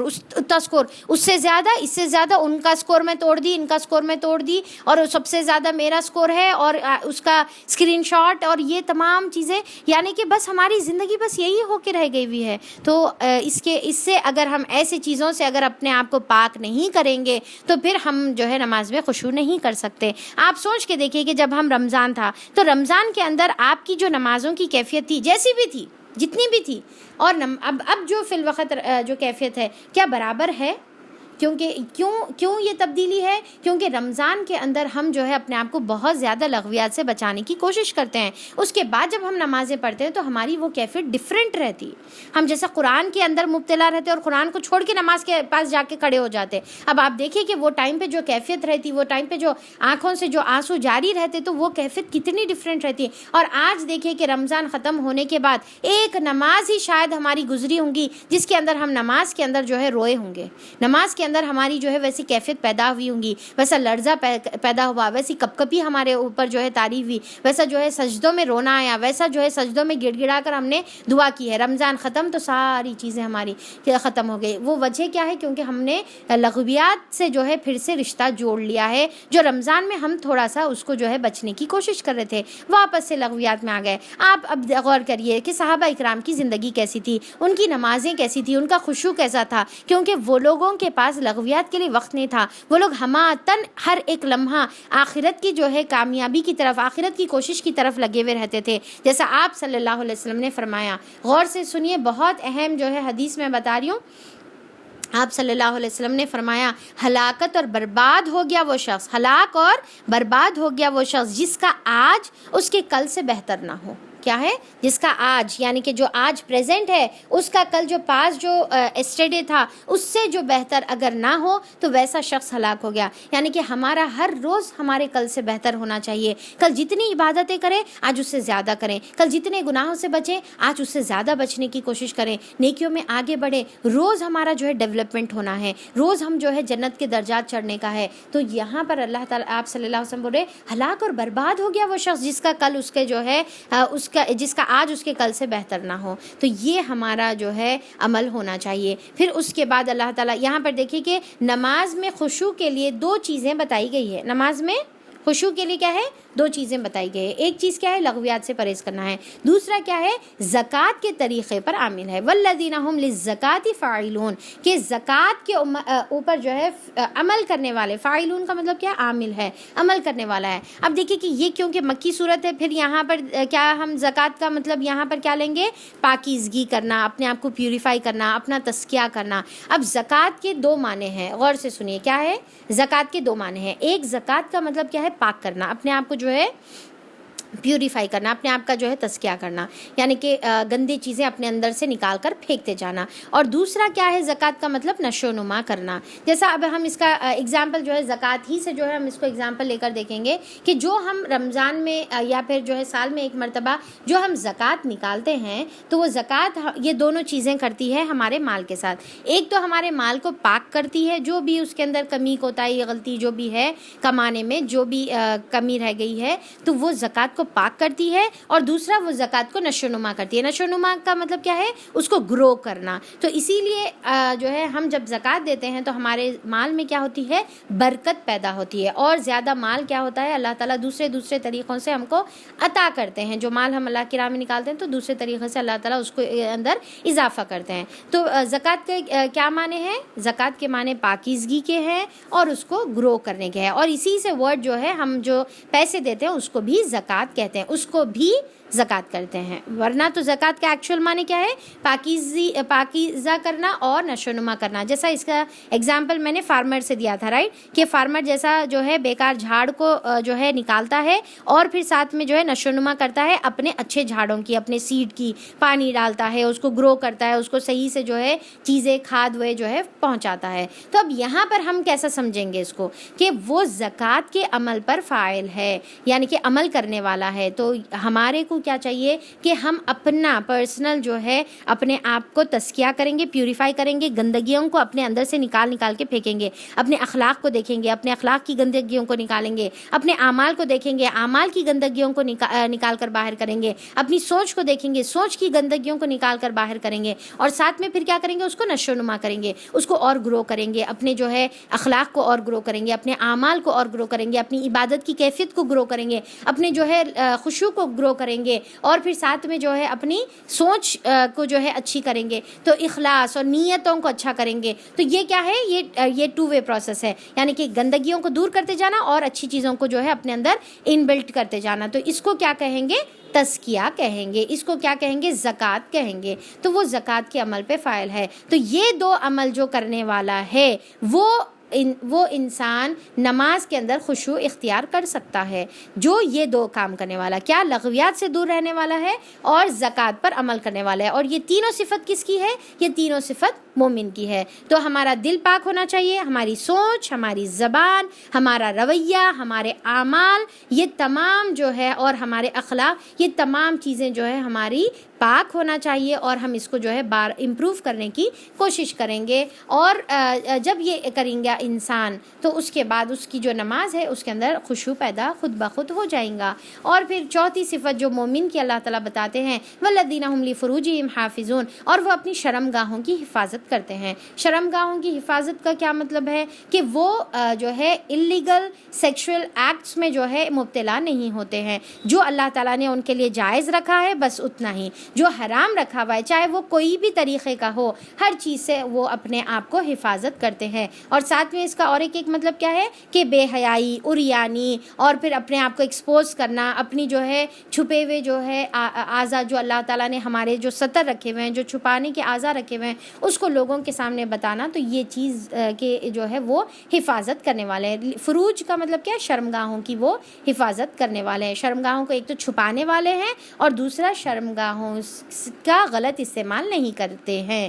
تو یہ مومن کی صفت ہے۔ تو پہلی صفت کیا ہو گئی؟ وہ نماز میں خشوع اختیار کرتے ہیں۔ دوسری صفت کیا ہو گئی؟ وہ لغویات سے اعراض کرتے ہیں، یو ٹرن مار لیتے ہیں۔ لغویات جیسا دیکھا کہ بھائی کوئی بیکار بےہودہ چیز ہے، کوئی آپ واٹس ایپ کھولے، آپ کوئی فیس بک کھولے اور اس میں دکھ رہا، دور سے اوپر سے نظر آ جاتا نا اپنے کو کہ یہ بیکار میسیج ہے، یہ بیکار ویڈیو ہے، یہ بیکار فوٹو ہے، اس کے اندر جو ہے عریانیت ہے، اس کے اندر جو ہے میوزک ہے، اس کے اندر بے حیائی ہے، اس کے اندر کوئی فائدے کی چیز نہیں ہے، تو فوری دیکھتے ساتھ ہی یو ٹرن مار لینے کا ہے، فوری ایگزٹ کر دینا ہے، ڈاؤن لوڈ ہی نہیں کرنے کا ہے، دیکھنا ہی نہیں ہے، اس سے اپنے آپ کو بچانے کا ہے۔ اور تیسری صفت کیا ہے؟ وہ تزکیے کے اوپر عمل کرنے والے ہیں، زکوٰۃ کے اوپر جو ہے وہ فاعلون ہیں۔ اور چوتھی صفت کیا ہے؟ وہ اپنی شرمگاہوں کی حفاظت کرتے ہیں۔ پھر اللہ تعالیٰ کیا بتا رہے؟ الا علی ازواجہم او ما ملکت، کے سوائے اپنی بیویوں کے یا جو ان کے دانے ہاتھ پوزیس کرے اس کے جو ہے وہ لوگ یعنی کہ مکلف نہیں ہے، اس کے اوپر پکڑ نہیں ہوگی۔ تو اللہ تعالیٰ یعنی کہ اپنی بیوی، شوہر اور بیوی ایک دوسرے کے ساتھ جو ہے اپنی حاجات کو پوری کر سکتے، اس کے علاوہ دوسری کی طرف نظر اس کی نہیں اٹھتی ہے۔ پھر ان پر جو ہے وہ محفوظ نہ رکھنے پر قابل ملامت نہیں، یعنی کہ شوہر اور بیوی ایک دوسرے سے جو ہے یعنی کہ ایک دوسرے کے سامنے آئیں تو اس کے اندر کوئی ملامت نہیں ہے۔ اور پھر جو کوئی اس کے علاوہ چاہے فمن ابتغى وراء ذلك، تو جو کوئی اس کے علاوہ چاہے یعنی کہ شوہر اور بیوی کے ریلیشن کے علاوہ جو بھی اس کے علاوہ جو بھی ریلیشن ہے، ٹھیک ہے، اب اس کے اندر جو ہے ہر چیز آ گئی جو آج کے زمانے میں بے حیائی میں موجود ہے، جس کے بارے میں بولنا بھی نہیں چاہ رہی ہوں، انڈرسٹوڈ ہے۔ تو آج کے زمانے میں جو بھی قسم کی بے حیائی ہے جو شوہر اور بیوی کے ریلیشن کے علاوہ ہے، چاہے وہ ریلیشن جو ہے ایک گرل فرینڈ بوائے فرینڈ کا ریلیشن رہو، چاہے وہ ریلیشن جو ہے فونوں کے حد تک رہو، ملنے کے حد تک رہو، یا اس کے علاوہ آگے جو ہے جیسا ہومو سیکشوالٹی اس کے اندر جو آ جائیں گا، تو یہ جو بھی اللہ تعالیٰ اس کے علاوہ جو بھی وہ چاہے تو پھر انہیں کیا ہے؟ زیادتی کرنے والا ہے، اپنے لمٹس کو کراس کرنے والا ہے۔ اللہ تعالیٰ جو لمیٹیشنز، جو حدود اللہ تعالیٰ نے رکھی ہے اس کو کراس کرنے والا ہے۔ اللہ اس سے ہماری تمام بچیوں کی اور ہمارے تمام جو ہے بیٹے بیٹیوں کی، ہمارے گھر والوں کی، ہر مرد اور عورت، مومن مرد اور عورت کی اللہ تعالیٰ اس کی حفاظت فرمائے۔ تو یہ اللہ تعالیٰ بول رہے کہ وہ اپنی شرمگاہوں کی حفاظت کرنے والے ہیں، سوائے اپنی بیویوں کے یا اپنے ازواج کے۔ اس کے علاوہ جو کچھ ایکسٹرا چاہے، اس کے علاوہ جو بھی طریقے کی جو ہے پلیجرز کو اپنے جو ہے اچیو کرنے کا جو بھی طریقہ ہے وہ تمام حرام ہے، وہ تمام جو ہے اپنے لمٹس کو کراس کرنے کا ہے۔ اس کے بعد آیت نمبر 8 میں اللہ تعالیٰ فرماتے ہیں کہ وہ لوگ جو مومن ہیں وہ لوگ کیا کرتے ہیں؟ والذین هم لاماناتہم وعہدہم راعون، اور وہ اپنی امانتوں کو اور وہ اپنے عہد و پیمان کے پاس رکھنے والے ہیں، اس کی راعون، اس کی رعایت کرنے والے ہیں۔ یعنی کہ اب دیکھیے راعون کا مطلب کیا ہے؟ جیسا ایک چرواہا ہے، راعی ایکچولی ایک چرواہے کو کہتے ہیں۔ تو چرواہا کیا کرتا ہے؟ اپنے جو اس کے جو بکریاں ہوتی ہیں تو وہ چرواہا کیا کرتا؟ اپنی بکریوں کی کیسے حفاظت کرتا؟ بالکل پرٹیکولر رہتا، دیکھتے رہتا، پوروں پہ نظر رہتی ہے۔ حالانکہ کتنے رہتے بکریاں؟ بہت سارے بھی رہتے، تو بہت سارے ہزاروں کی بکریاں رہتی تو بھی اس کو ایک ایک بکری پہ نظر رہتی، اور کون سی بکری کہاں جا رہی، کہیں تو بھی جو ہے راستہ مطلب دوسری جگہ تو نہیں چلے جا رہی، کوئی نقصان تو نہیں ہو رہا۔ انہیں چلتے وقت بھی دیکھتی کہ کہیں اس کو جو ہے کوئی نقصان نہ ہو جائے، کیونکہ جو وہ اس کا ایسٹ ہے، اس سے فائدہ اٹھانے کا ہے۔ تو اسی طریقے سے اللہ تعالیٰ بول رہے کہ یہ اپنے مومن کیا ہے؟ اپنے عہد و پیمان کا، اپنے امانتوں کا کیا کرتا ہے؟ پاس لحاظ رکھتا ہے، اس کی حفاظت کرتا ہے، اس کو جو ہے خیال رکھتا ہے، اس کے اندر جو ہے کوئی کمی آنے نہیں دیتا۔ اب دیکھیے کہ امانت، اور دوسرا ورڈ یہاں پر استعمال کیا گیا عہد۔ امانت کا کیا مطلب ہے؟ امانت ایکچولی امنا سے ہے، ٹھیک ہے، نوٹ کریے، امانت کس سے ہے؟ امن سے ہے، امن، حمزہ میم نون، امن سے ہے۔ امن کا مطلب کیا ہے؟ امن، سکون، ٹھیک ہے، سمجھ میں آ گیا۔ تو امانت یہ ہے کہ جب ہم جو ہے یعنی کہ اگر اس کے پاس ہے تو پھر وہ سامنے والا جو اس کو دیا ہوا ہے انہیں اس کے متعلق سکون میں آ جائے، بس اب میں ان کو دے دیا نا۔ اب جیسا ہم کسی کے پاس امانت رکھتے، تو امانت ایکچولی مطلب کیا ہے کہ ہم تمہارے پاس رکھ کے ہم جو ہے بے فکر ہو جا رہے کہ تم اس کی پروٹیکشن کریں گے، تم اس کی حفاظت کریں گے، ٹھیک ہے۔ تو مومن کیا کرتا ہے کہ کہ کسی کی بھی امانت لو وہ جو ہے اس کی ایسی حفاظت کرتا ہے کہ دینے والا اس کے معاملے میں سکون میں آ جاتا ہے۔ تو اب امانت کس کس چیز کی رہتی ہے؟ ہم کیا ہے امانت بولتے ساتھ ہی دماغ میں کیا آتا؟ پیسے کون تو بھی لے کے آ کے رکھے تو اس کو جیسے کا ویسا رکھنا اور ویسی دے دینا۔ تو صرف امانت پیسوں کے متعلق نہیں ہوتی، پیسوں کے متعلق بھی ہوتی ہے پر صرف پیسوں کے متعلق نہیں ہوتی۔ امانت بات کی بھی ہوتی ہے، امانت کوئی چیز کی بھی ہوتی ہے، چاہے وہ پیسے رہو، چاہے وہ کوئی برتن رہو، چاہے وہ کوئی بھی چیز رہو، اور امانت ذمہ داری کی بھی ہوتی ہے۔ ٹھیک ہے، امانت کیا ہے؟ بات کی ہوتی ہے، کوئی بھی چیز کی ہوتی ہے، اینی تھنگ، ٹھیک ہے، کوئی بھی چیز کی ہوتی ہے، اب اس کے اندر پیسہ بھی آ گیا یا کوئی دوسری چیزیں بھی آ گئی۔ اور تیسرا امانت ذمہ داری کی بھی ہوتی ہے، جیسا ہمارے اوپر جو ہے کوئی ذمہ داری اگر کوئی ڈال دیے تو اب وہ ذمہ داری پورا کرنا ہماری کیا ہے؟ امانت ہے۔ اگر وہ ذمہ داری میں ہم کمی کریں گے تو پھر وہ کیا ہے؟ وہ چیز میں ہم خیانت کرنے والے ہیں۔ اور آپ صلی اللہ علیہ وسلم نے امانت کے بارے میں کیا فرمایا کہ اس کا ایمان ہی نہیں جس کے اندر جو ہے امانت نہیں، اس کا ایمان ہی نہیں جس کے اندر امانت کی جو ہے احساس نہیں ہے، اور اس کا دین ہی نہیں ہے جس کے اندر عہد کی پابندی نہیں ہے۔ دونوں بھی چیزیں آ گئے، دونوں بھی یہ آیت کے دونوں بھی حدیث میں جو ہے چیزیں آ گئے۔ کیا؟ اس کا ایمان نہیں ہے جس کے اندر امانت نہیں ہے، اور اس کا دین نہیں ہے جس کے اندر عہد کو پورا کرنے کی احساس نہیں ہے۔ تو اب امانت کو ایمان سے کمپیئر کیا گیا ہے، ایمان سے اس کو برابر کیا گیا ہے۔ امانت ہے تو مطلب ایمان ہے، امانت کا احساس نہیں ہے تو یعنی کہ ایمان کا احساس نہیں ہے، یعنی کہ ایمان ہی نہیں ہے وہ انسان کے اندر۔ تو دیکھیے کہ اتنی بڑی ذمہ داری ہے۔ تو ایک تو ہم کسی کی، جیسا حدیث میں آتا نا کہ اگر کوئی شخص آپ کو کوئی بات کرے اور اس کے بعد ادھر ادھر دیکھے، یعنی کہ لیفٹ اور رائٹ دیکھے، تو اس کا مطلب یہ ہے کہ وہ بات انہیں خفیہ رکھنا چاہ رہا، چاہے انہیں اپنی زبان سے یہ نہ کہے کہ دیکھو یہ بات میں تم کو بول رہی ہوں، تم کس کو بھی نہیں بولنا۔ اگر انہیں یہ بات زبان سے نہیں بھی بولا پر اس کے انداز سے آپ کو سمجھ میں آ رہا، تو اب وہ بات آپ کے پاس امانت ہے، اب وہ بات آپ کو کسی کے ساتھ شیئر نہیں کرنے کا ہے، یا وہ عمل آپ کو کسی کے ساتھ شیئر نہیں کرنے کا ہے، ان کے بارے میں متعلق جو بھی بات ہے آپ کسی کو نہیں بتانے کا ہے۔ یہ آپ کے ایمان کا ریکوائرمنٹ ہے، یہ آپ کے ایمان کا تقاضا ہے۔ دوسرا، کوئی آپ کے پاس مال دیے، چاہے کوئی چھوٹی سی اشیاء بھی کیوں نہ ہو، کوئی چھوٹی سی چیز بھی کیوں نہ ہو، جس کی آپ کے پاس کوئی وقت نہیں ہوں گی، جس کے پاس آپ کی کوئی ویلیو نہیں ہوں گی، پر وہ چھوٹی سی، وہ ٹوٹا ہوا برتن ہی کیوں نہ ہو، وہ جو ہے پرانا بوٹل ہی کیوں نہ ہو، اگر کسی کا ہے تو پھر وہ آپ کے پاس امانت ہے۔ مطلب جب یہاں چھوٹی چیز کی ہے تو پھر تو مال تو پھر بہت بڑی بات ہو گئی، یعنی کہ گولڈ یا کپڑے، یہ سب چیزیں بڑی چیزیں ہیں۔ میں تو چھوٹی چیز کی بات کر رہی ہوں، اگر کسی کا پڑوسی کا آپ کے پاس ایک کٹورا یا ڈھکن، ایک ڈبہ بھی کیوں نہ ہو، حالانکہ وہ ڈسپوزیبل ڈبہ ہی کیوں نہ ہو، تو بھی اس کی حفاظت آپ کو کرنے کا ہے اور اس کو پہنچانے کا ہے، اگر آپ ان کے پاس سے لیے ہوئے ہیں یا انہوں آپ کے پاس امانت کے طور پہ دیے ہوئے ہیں۔ تو یہ چھوٹی اشیاء، ہم اکثر کیا کرتے ہیں، ہم امانت کیا سمجھتے ہیں؟ بڑی بڑی چیزوں کا، چھوٹی چیزوں کو لائٹ دیتے، کیا ہے جی، اٹھا کے پھینکو، سڑا ڈبہ پرانا، کب سے کچھ اٹھا لے کے رکھ لیا انہوں، خواہ مخواہ کے پرانے ڈبے رکھ لیتے، چلو اٹھا کے پھینک دو، یعنی کہ you don't have any rights to throw, یعنی کہ آپ کی وہ چیز نہیں ہے، چاہے وہ آپ کو کتنا ہی کیوں بیکار نہ دکھو، ایک کپڑا میلا کچیلا کپڑا ہی کیوں نہ ہو، آپ کو بیکار دکھ رہا ہوں گا، پر آپ کے پاس کوئی حق نہیں ہے اس کو پھینکنے کا جب تک کہ وہ جس کی ہے ان کے تک آپ وہ نہ پہنچا دے۔ تو یہ چھوٹی چیز کا بھی احساس۔ اور تیسرا چیز کیا بتائی میں؟ ذمہ داری۔ جیسا آپ کہیں پر ورک کر رہے، آپ کہیں پر جاب کر رہے، یا پھر آپ کے اوپر کوئی ریسپانسبلٹی ہے، بینگ اے بہو ایک کوئی ریسپانسبلٹی ہے، بینگ اے ماں کوئی ریسپانسبلٹی ہے، بینگ اے بیوی کوئی ریسپانسبلٹی ہے، تو آپ کے اوپر وہ امانت ہے، تو اس کو پورا کرنا آپ کی ذمہ داری ہے۔ اور ایک بات یہاں پر جو توجہ میں دلانا چاہوں گی وہ یہ ہے کہ اولاد اللہ تعالیٰ کی طرف سے ہمارے لیے امانت ہے۔ دینے والا کون ہے؟ اللہ تعالیٰ ہے۔ لینے والے کون ہیں؟ ہم ہیں۔ تو اللہ تعالیٰ وہ امانت اللہ تعالیٰ اولاد کی شکل میں ہم کو دیا ہوا ہے۔ آج ہم اگر اپنی اولادوں کی صحیح تربیت نہیں کریں گے، صحیح دین اور دنیا میں ان کو قابل نہیں بنائیں گے، تو پھر ہم قیامت کے دن یہ امانت میں خیانت کرنے کے جو ہے مجرم بن کر اللہ کے سامنے کھڑے ہوں گے، اور اللہ تعالیٰ ہم سے پوچھیں گا کہ اتنی پیاری پیاری تم کو میں نے معصوم اولاد دی تھی، ان کی کیا تربیت کرے، آگے بڑا ہو کے ان کو کیا بنائے۔ کچھ مائیں اپنے اولاد کو جو ہے بدتمیز بناتی ہے، کچھ مائیں اپنی اولاد کو جو ہے بگڑاوا بناتی ہیں، غلط کاموں میں مبتلا ہو جاتے ہیں، اور بچے جو ہے چوری کرنے لگتے ہیں، بچے غلط کام، یہ سارے ذمہ دار والدین ہوتے ہیں۔ اور دیکھیے کہ سارے ذمہ دار صرف میں والدین بتا رہی ہوں، صرف ماں نہیں بتا رہی ہوں، میں ماں اور باپ دونوں کی بھی ذمہ داری ہے۔ ماں کو جو ہے محبت کا نوالا کھلانے کا ہے تو ساتھ میں جو ہے شیر کی نظر بھی اس کو رکھنے کا ہے. یعنی کہ دونوں بھی خوف اور ڈر کے بیچ میں اولاد کی جو ہے محبت ہونا ہے. یہ نہیں کہ محبت کر کر کے جو ہے اولاد کو بگاڑ کر سر پر چڑھا کر بعد میں روتے بیٹھیں, یا پھر یہ بھی نہیں کہ بچوں سے اتنے اسٹرکٹ رہیں کہ بچے بیزار ہو کے جو ہے والدین سے دور ہونا شروع ہو جائیں.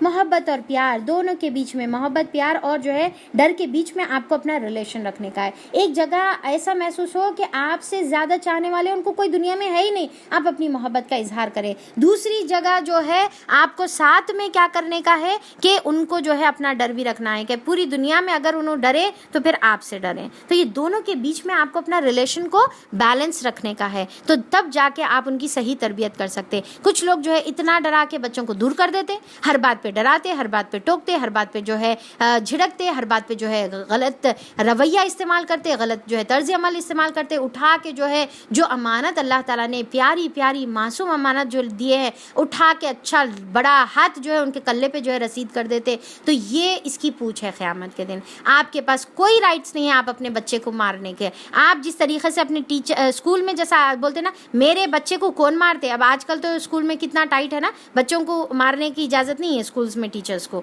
تو اسی طریقے سے آپ کو بھی کوئی رائٹس نہیں ہے اپنے بچے کو مارنے کا, اور خاص طور پہ تھپڑ تو بالکل بھی نہیں ہے, کیونکہ تھپڑ مارنا اسلام میں حرام کے لیول پر کنسیڈر کیا جاتا ہے, پروہیبیشن کے لیول پر کنسیڈر کیا جاتا ہے. ہاں پھر دوسری جگہ پہ پھر آپ کو اتنے لاڑا نخرے بھی نہیں کرنے کا ہے کہ بس بچے کی زبان سے نکلا اور چیز حاضر, اور پھر بڑے بڑے ٹیبز بھی دے دے رہے, موبائلز بھی دے دے رہے, ایک اماں بابا کا موبائل تو ایک بچے کا موبائل, کیونکہ وہ پرانا ہو گیا تو بچے کے ہاتھ میں تھما دیے. نہیں, آپ اس کو اٹھا کے سڑا دو, پھینکا دو, آپ اس کو زنگ لگا دو, پر آپ بچے کے ہاتھ میں مت دو اگر اس کی ایج نہیں ہے.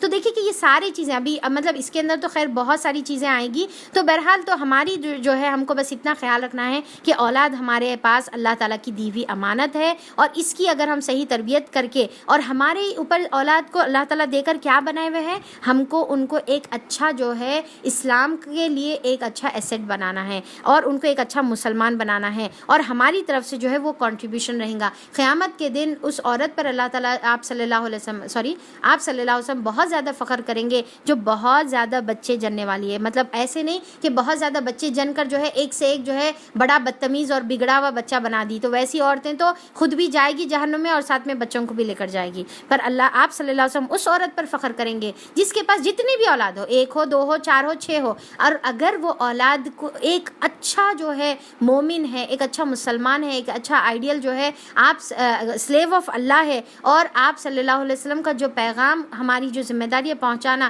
اس کا جو ہے وہ کام کرنے والا ہے, اس کا جو وہ ورکر ہے, اس کا وہ جو ہے ذمہ دار ہے, تو پھر ایسی ماؤں کے اوپر آپ صلی اللہ علیہ وسلم قیامت کے دن فخر کریں گے. تو یہ اولاد ہمارے لیے بہت بڑی امانت ہے, تو اس کا پاس لحاظ رکھنا ہمارے لیے بہت زیادہ ضرورت ہے. اور پھر دوسرا کیا ہے, عہد کی حفاظت کرنے والے ہیں. عہد کا مطلب کیا ہے, عہد کا مطلب جو اپن اردو میں بولیں گے وعدہ, ٹھیک ہے, وعدہ, ٹھیک ہے. اب یہاں پر دیکھیے کہ اب اس کے اندر جو بھی ہم کسی سے وعدہ کریں کہ یہ ہم کام کریں گے, یہ ہم جو ہے ریسپانسبلٹی, اور کہیں نہ کہیں یہ امانت سے سملر بھی ہوگا, تو یہ ہم کریں گے. جب ہم کسی سے وعدہ کرتے ہیں تو اس کا پورا کرنا ہمارے لیے ضروری ہے. ایک وعدہ ہوتا ہے جو ہم اللہ تعالیٰ سے کرتے ہیں, ایک وعدہ ہوتا ہے جو ہم لوگوں سے کرتے ہیں, اور ایک وعدہ ہوتا ہے جو ہم اپنے آپ سے کرتے ہیں. یہ تینوں وعدوں کو ہم کو پورا کرنے کا ہے. اپنے آپ سے وعدہ, جیسا ہم جو ہے کوئی نیت کر لیتے, کوئی وعدہ کر لیتے کہ ہم یہ کریں گے, ہم یہ کریں گے, اس کو پورا کرنے کا. ایک وعدہ ہے نظر اور نیاز ہم اللہ سے مانگتے ہیں, یا پھر ایون اللہ کی عبادت کرنے کا عہد ہم لے کر آئے ہوئے ہیں,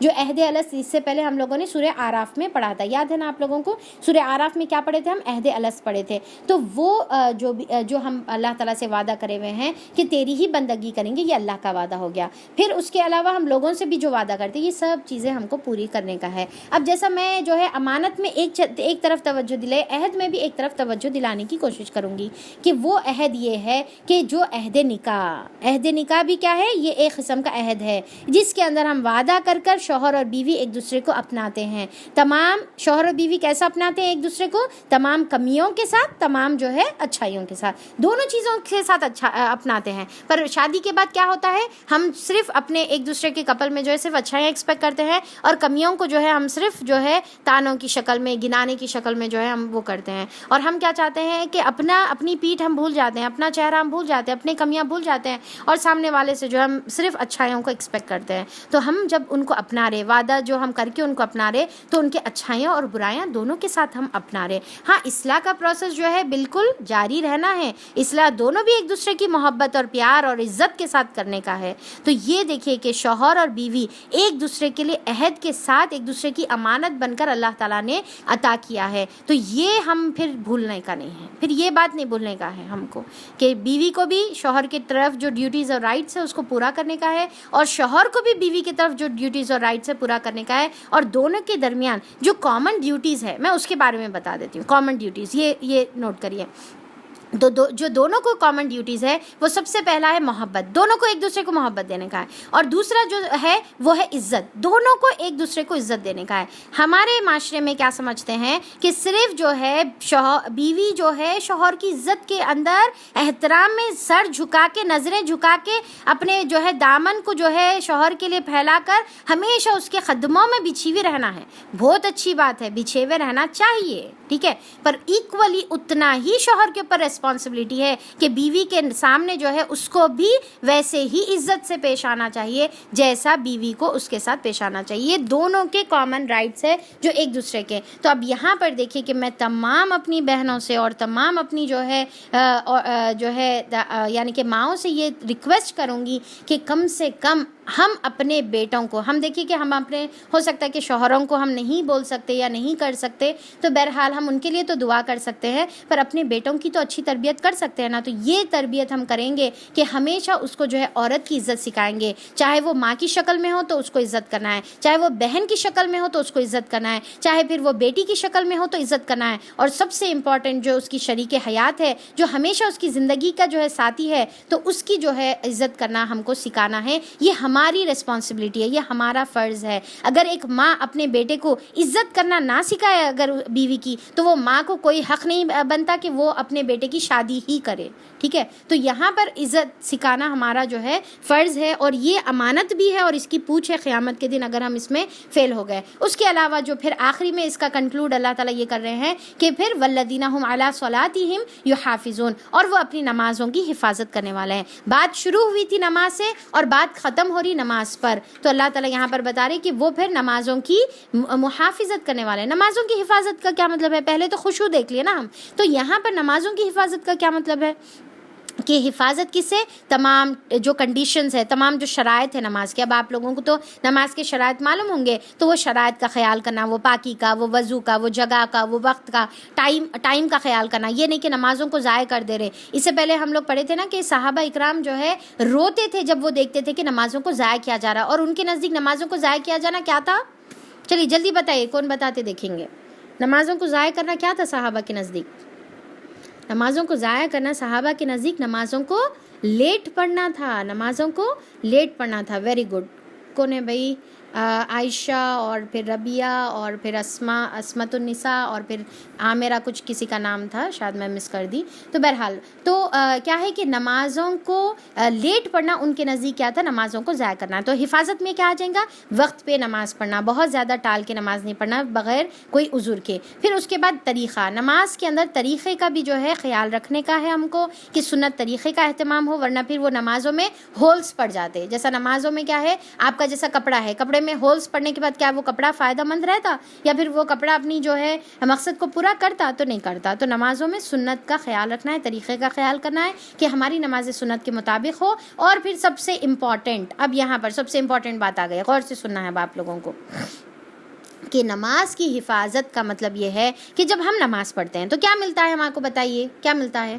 ریوارڈ ملتا ہے, اجر ملتا ہے, اللہ کی رضا ملتی ہے, رائٹ. تو اب اس کی حفاظت کرنا بھی ہماری ذمہ داری ہے.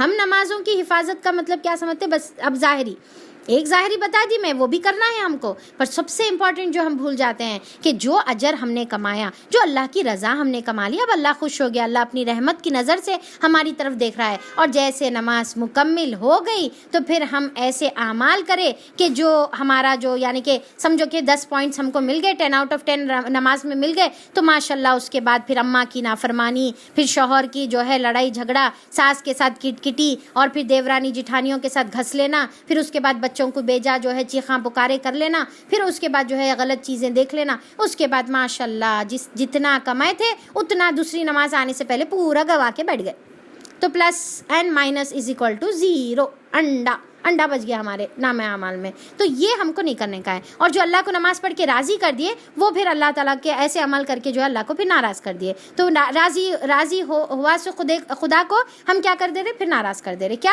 نمازوں کی حفاظت نہیں کر کے. تو نماز کی حفاظت میں یہ بھی آئے گا کہ جو نماز کا اجر ہم نے کما لیا ہے اب اس کو سیفلی اٹھا کے رکھنا ہے، اب اس کو پروٹیکٹ کرنے کا ہے. اب جس طریقے سے ہمارے پاس کوئی قیمتی اشیاء ہے تو کیا کرتے؟ اٹھا کے سیفلی جو ہے رکھتے نا، بچوں سے دور دور اٹھا کے اوپر سجا کے کہ بھئی ارے کچھ جو ہے ٹوٹ نہ جائے، خراب نہ ہو جائے، بیکار نہ ہو جائے، ضائع نہ ہو جائے. تو اس طریقے سے پھر اس کی بھی جو ہے ہم کو حفاظت کرنا ہے. بالکل نازک جو ہے نمازوں کا جو اجر ہے اس کی ہم جو ہے پروٹیکٹ کریں گے. تو یہ سب سے امپورٹنٹ ہے. تو نماز کے ظاہری حفاظت میں کیا آ جائیں گا؟ یہ سب ٹرمز اینڈ کنڈیشنز اور شرائط کی اور ٹائم کا اور پھر سنت کا اور طریقے کا اہتمام، سب چیزیں. اور اس کا جو ہے مانوی مطلب کیا آ جائیں گا، اس کا جو ہے اندرونی مطلب کیا آ جائیں گا. اس کا مطلب یہ ہے کہ اس کے جو اجر ہے اس کی ہم جو ہے حفاظت کرنے والے بن جائیں. تو پھر جو ہے یہ اس کے اوپر کیا ہے کہ اس کے اوپر ہمارے یہ جو صفات جو بتائے ہوئے ہیں یہ کمپلیٹ ہوتے ہیں. اور اس کے اوپر اللہ تعالیٰ فرماتے ہیں اولئک هم الوارثون، یہی ہیں اصل وارث، اصل جو ہے انہیریٹرز یہی ہیں. کون ہیں؟ جو یہ سب صفات کے اوپر عمل کرنے والے ہیں. اور پھر یہی لوگ ہیں جن کے لیے اللہ تعالیٰ نے جنت الفردوس کا وعدہ کیا ہے. اب بتائیے جنت الفردوس کیا ہے؟ بتائیے. جنت کا سب سے اونچا لیول جہاں جس کی چھت اللہ کا عرش ہے. سبحان اللہ. آپ امیجن کر سکتے جنت کا وہ لیول جس کی چھت اللہ کا عرش ہے، اس کے اوپر اللہ تعالیٰ کا عرش ہے. ختم. یعنی کہ اللہ کے عرش اور وہ جنت کے لیول میں کوئی جو ہے یعنی کہ کوئی بیریئر نہیں ہے، کوئی چھت نہیں ہے، کوئی رکاوٹ نہیں ہے، سیدھا اللہ کا عرش ہے. وہ جنت، سبحان اللہ، وہ جنت کے وارث رہیں گے. کون؟ صرف جو اتنے یہ 7 والے آیتیں ایکچولی جو ہے اس کے کتنے ہیں؟ مطلب 11 آیتیں. ٹھیک ہے، 11 آیتیں اس کے ہیں. پر اس کے اوپر جو ہے اس کے اندر جو کوالٹیز بتائے گئے ہیں وہ کوالٹیز کتنے ہیں؟ 7 کوالٹیز ہیں. صرف یہ 7 کوالٹیز پر عمل کرنے پر جنت کی گارنٹی کا وعدہ. تو کیا اب ہم اس کے اوپر بھاگیں گے نہیں؟ کیا اس کے اوپر کودیں گے نہیں، دوڑیں گے نہیں، یہ آفر کو اویل کرنے کی کوشش نہیں کریں گے؟ اچھا پھر جنت کا وعدہ اتنا ہی نہیں، ارے اور بھی ہے آگے، اور بھی ہے. کیا ہے؟ ہم فیہا خالدون. سبحان اللہ، سبحان اللہ. کیا بول رہے اللہ تعالیٰ؟ ہمیشہ رہیں گے. کیا بات ہے؟ صحیح، ہمیشہ. ہاں، کبھی نہیں نکلنا ہے؟ نہیں کبھی نہیں نکلنا ہے، ہمیشہ رہنا ہے. اچھا موت آئے گی؟ نہیں، نو موت. وہاں پر نہیں، موت نہیں آنے والی ہے. تو پھر کیا ہمیشہ کی زندگی؟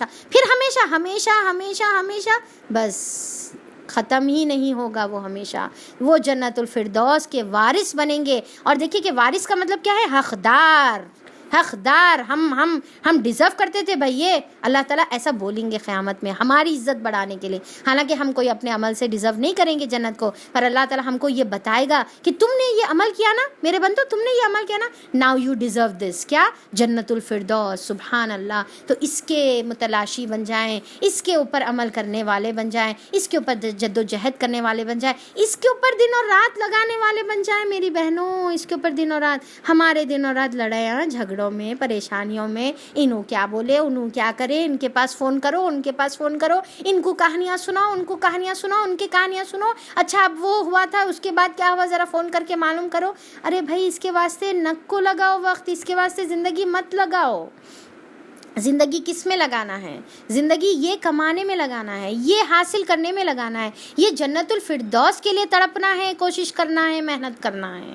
ٹھیک ہے. تو پھر اس کے بعد اللہ تعالیٰ اس کے اوپر عمل کی توفیق عطا فرمائے. اور پھر اس کے بعد جو ہے ہم تھوڑے سے آیتیں پڑھ لیں گے. اور پھر ہم نے انسان کو مٹی کی سط سے بنایا. مٹی کی سط کا مطلب کیا ہے؟ مٹی کے خلاصے سے، مٹی کے نچوڑ سے اللہ تعالیٰ نے انسان کو بنایا. پھر اسے ایک محفوظ جگہ ٹپکی ہوئی بوند میں تبدیل کر دیا. پھر اس پر جو ہے پھر اس بوند کو لوتھڑے کی شکل میں تبدیل کر دیا. پھر اس لوتھڑے کو بوٹی کی شکل میں بنا دیا. اب سورہ حج میں بھی یہ پورے ایمبریونک سٹیجز آئے تھے. اب پھر یہاں پر بھی یہ پھر جیسا میں اس میں بھی بتائی تھی نا کہ یہ اللہ تعالیٰ کے یعنی کہ آپ صلی اللہ علیہ وسلم کا معجزہ ہے، جس میں آپ وہ زمانے میں وہ ٹائم پر جو بالکل جس کے بارے میں کسی کو خبر بھی نہیں تھی یہ ساری چیزوں کے بارے میں، آپ پورے انفیکٹ سٹیجز جو ہے ایمبریونک سٹیجز بتا رہے ہیں جو آج ڈسکور ہوئے ہیں. پھر لوتھڑے کو بوٹی کی شکل میں تبدیل کرتا ہے. پھر بوٹی کو ہڈیاں میں تبدیل کرتا ہے. پھر ہڈیوں پر گوشت چڑھاتا ہے. پھر اسے ایک دوسری ہی مخلوق بنا کر کھڑا کر دیتا ہے. یعنی کہ جب وہ ٹپکی ہوئی بوند رہتی، جب وہ جو ہے یعنی کہ جب شوہر اور بیوی کا نطفہ اور جو اووم ہوتا ہے جب وہ ملتا ہے، اور جو شروع میں جو شکل ہوتی ہے خون کی شکل، اس سے کوئی سمجھ بھی نہیں سکتا کہ اس سے یہ انسان بنے گا. اللہ تعالیٰ اس کو ایسی انسان میں تبدیل کر دیتا. فتبارک اللہ احسن الخالقین. بس کیا بڑا ہی بابرکت ہے وہ اللہ تعالیٰ جو ایسی خوبصورت تخلیقوں کو جو ہے وجود میں لاتا ہے. احسن الخوبصورت خالقین، بنانے والا ہے وہ، سبحان اللہ، ایسا بنانے والا ہے اور وہ بہت ہی بابرکت ہے. اور پھر اللہ تعالیٰ بتا رہے کہ سب کاریگریوں سے اچھا کاریگر ہے. پھر اس کے بعد تم کو ضرور مرنا ہے. اب یہاں پر دیکھیے کہ یہ کاریگری میں مبتلا نہیں ہونا ہے، بلکہ اس کے بعد کیا ہے؟ تم کو پھر ضرور مرنا ہے. پھر قیامت کے روز یقیناً تم کو اٹھایا جائے گا اور تم سے تمام اپنی زندگی کے سوالات کیے جائیں گے. اور تمہارے اوپر ہم نے 7 راستے بنائے. تخلیق کے کام سے ہم کچھ نابلد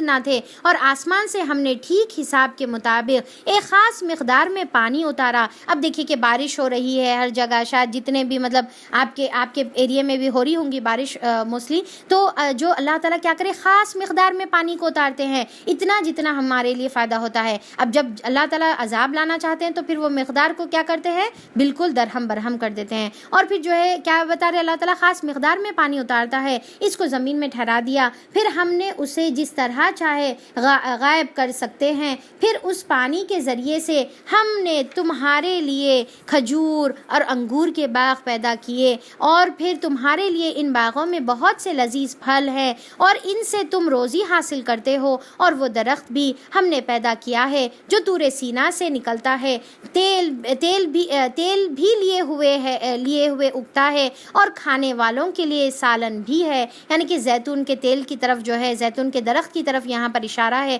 جس کے اندر کیا ہے، کھانے والے کے لیے فروٹ ہے، اور جو ہے چاہے تو سالن کے طور پہ اس کا تیل بھی جو ہے استعمال کیا جاتا ہے. اور آپ صلی اللہ علیہ وسلم کی سنت ہے، آپ صلی اللہ علیہ وسلم کا پسندیدہ جو ہے یہ چیز تھی کہ آپ زیتون کے پھل اور ساتھ میں زیتون کے تیل دونوں کا بھی استعمال آپ پسند کرتے تھے، اور ایز اے سالن وہ زمانے میں کھایا جاتا تھا. اور حقیقت یہ ہے کہ تمہارے لیے مویشیوں میں بھی ایک سبق ہے. ان کے پیٹوں میں سے جو کچھ ہے اسی میں سے ایک چیز ہم تمہیں پلاتے ہیں، یعنی کہ دودھ. اب دیکھیے کہ ان کے پیٹوں میں سے جو دودھ ہے اللہ تعالیٰ ہم کو جو ہے پلاتا ہے. سورہ نحل میں ہم اس کا ذکر دیکھے تھے نا کہ گوبر کے اور اس کے پیٹ کی گندگیوں کے بیچ میں سے اللہ تعالیٰ صاف جو ہے شفاف دودھ، خون کے اندر سے جو ہے وہ دودھ اللہ تعالیٰ نکال کر ہم کو دیتے ہیں. اور تمہارے لیے ان میں بہت سی دوسری فائدے کی بھی چیزیں ہیں، یعنی کہ اس پر سوار بھی ہوتے ہو، اس سے جو ہے تم اپنے پوشاک بھی بناتے ہو، ان کو تم کھاتے بھی ہو، اور ان پر اور کشتیوں پر تم سوار بھی ہوتے ہو، کھاتے بھی ہو اور سوار بھی ہوتے ہو. اور ہم نے نوح کو اس کی قوم کی طرف بھیجا. اس نے کہا، اے میری قوم کے لوگوں، اللہ کی بندگی کرو، اس کے سوا تمہارے لیے کوئی معبود نہیں ہے. کیا تم ڈرتے نہیں ہو؟ اس کی قوم کے جن سرداروں نے ماننے سے انکار کیا وہ کہنے لگے، یہ شخص تو کچھ بھی نہیں مگر ایک بشر ہی ہے تم جیسا. اس کی غرض یہ ہے کہ تم پر برتری حاصل کرے. اللہ کو اگر بھیجنا ہوتا تو کوئی فرشتے کو بھیجتا. اب دیکھیے کہ یہ سملر چیزیں ہم آلریڈی پڑھ چکے ہیں. نوح علیہ السلام کی قوم کی یہ جو ہے پوری بدماشیاں. پھر اگر اللہ تعالیٰ کو بھیجنا ہوتا تو کسی جو ہے فرشتے کو اللہ تعالیٰ بھیجنا تھا. یہ اللہ تعالیٰ انسان کو، تمہارے جیسے انسان کو کہیں کو بھیجے. یہ بات تو ہم نے کبھی اپنے باپ دادا کے وقتوں میں سنی ہی نہیں ہے کہ بشر رسول بن کر آتے ہیں، کچھ نہیں، بس اس آدمی کو ذرا جنون لاحق ہو گیا ہے، یعنی کہ جن چڑھ گیا ہے، کچھ مدت اور دیکھ لو، شاید کہ افاقہ ہو جائے، شاید ان کی طبیعت ٹھیک ہو جاتی شاید۔ تو یہ کس کو بول رہے ہیں؟ نوح علیہ السلام کو۔ نوح علیہ السلام نے کہا پروردگار، ان لوگوں نے جو میری تکذیب کی ہے، مجھے جھٹلایا ہے، تکذیب کی ہے، اس پر اب تو میری نصرت فرما۔ نصرت کا مطلب کیا پڑھے تھے کل ہم؟ بڑی مدد۔ کچھ لوگ جو ہے چھوٹی مدد لکھے، چھوٹی مدد نہیں ہے میری بہنوں، میری پیاری پیاری بہنوں، بڑی مدد جو دشمن کے خلاف کی جاتی ہے۔ ہم نے اس پر وحی کی اور ہماری نگرانی میں اور ہماری وحی کے مطابق وہ کشتی تیار کر رہا تھا، پھر جب ہمارا حکم آ جائے تو تنور ابھر پڑے گا، پھر اس پر ہر قسم کے جانوروں میں سے ایک ایک جوڑا لے کر اس میں سوار ہو جاؤ۔ اب اللہ تعالیٰ کیا حکم دیے کہ ہر ایک جانور میں سے ایک ایک جوڑا لو اور سوار ہو جاؤ، اور اپنے اہل و عیال کو بھی ساتھ لے لو، سوائے ان کے جن کے خلاف پہلے سے فیصلہ کیا جا چکا ہے، جو یعنی کہ ایمان نہیں لے کر آئے۔